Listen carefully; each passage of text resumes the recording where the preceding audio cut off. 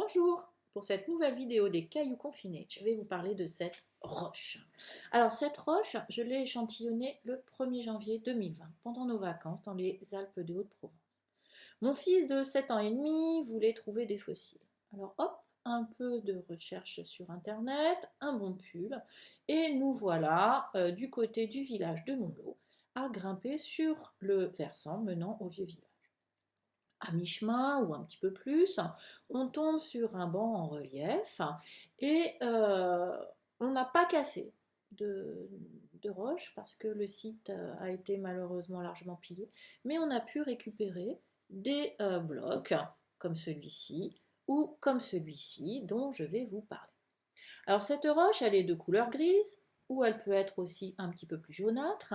Et ce qu'on peut voir dedans, c'est des éléments figurés ici, centimétriques, qui sont des fossiles d'organismes. Alors si on regarde bien dans cette roche, ou bien sur ces petits échantillons là qui ont été individualisés, eh bien on peut identifier ces organismes. Ce sont des bivalves ou aussi ce qu'on appelle des lamellibranches.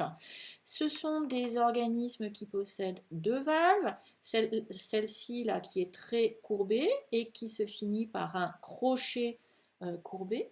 Et la deuxième valve qui est absente ici, qui est très plate, plus petite et qui fait office de couvercle. Alors, ces organismes, ces bivalves, ce sont des exogyres.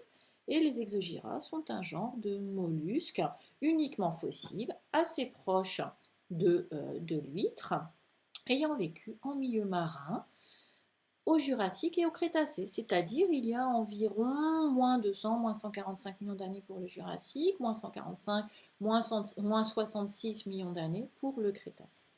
Et si on regarde bien, les organismes ne paraissent pas du tout en position de vie, ils sont un peu dans tous les sens, et même si on regarde bien, ils sont souvent cassés, comme c'est le cas ici, et il manque souvent la valve supérieure.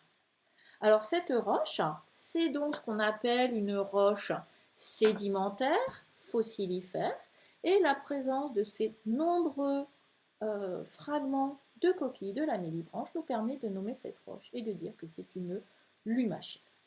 Alors les lamellibranches, comme les exogyres, sont des organismes qui vivent dans un environnement marin, je l'ai dit tout à l'heure, peu profond.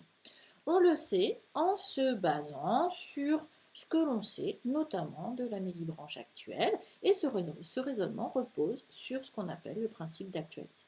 Alors le fait qu'il ne soit pas en position de vie et que les coquilles, en fait, elles soient majoritairement brisées, indique que ces coquilles ont été transportées post-mortem dans un milieu suffisamment agité, dynamique, pour que les coquilles soient cassées, et cela jusqu'à ce que les conditions soient favorables à leur accumulation. On reconstitue alors ce qu'on peut appeler un paléo-environnement. Enfin, dernière chose, puisqu'on a une roche qui est fossilifère, on peut les utiliser pour dater cette roche. Les exogyres, comme celle-ci, vivaient au Crétacé supérieur, et plus précisément au Cénomanien supérieur, c'est-à-dire entre moins 100 et moins 93 millions d'années. Ce sont donc ce qu'on appelle des fossiles stratigraphiques. Et bien voilà pour cette roche. À bientôt. Au revoir.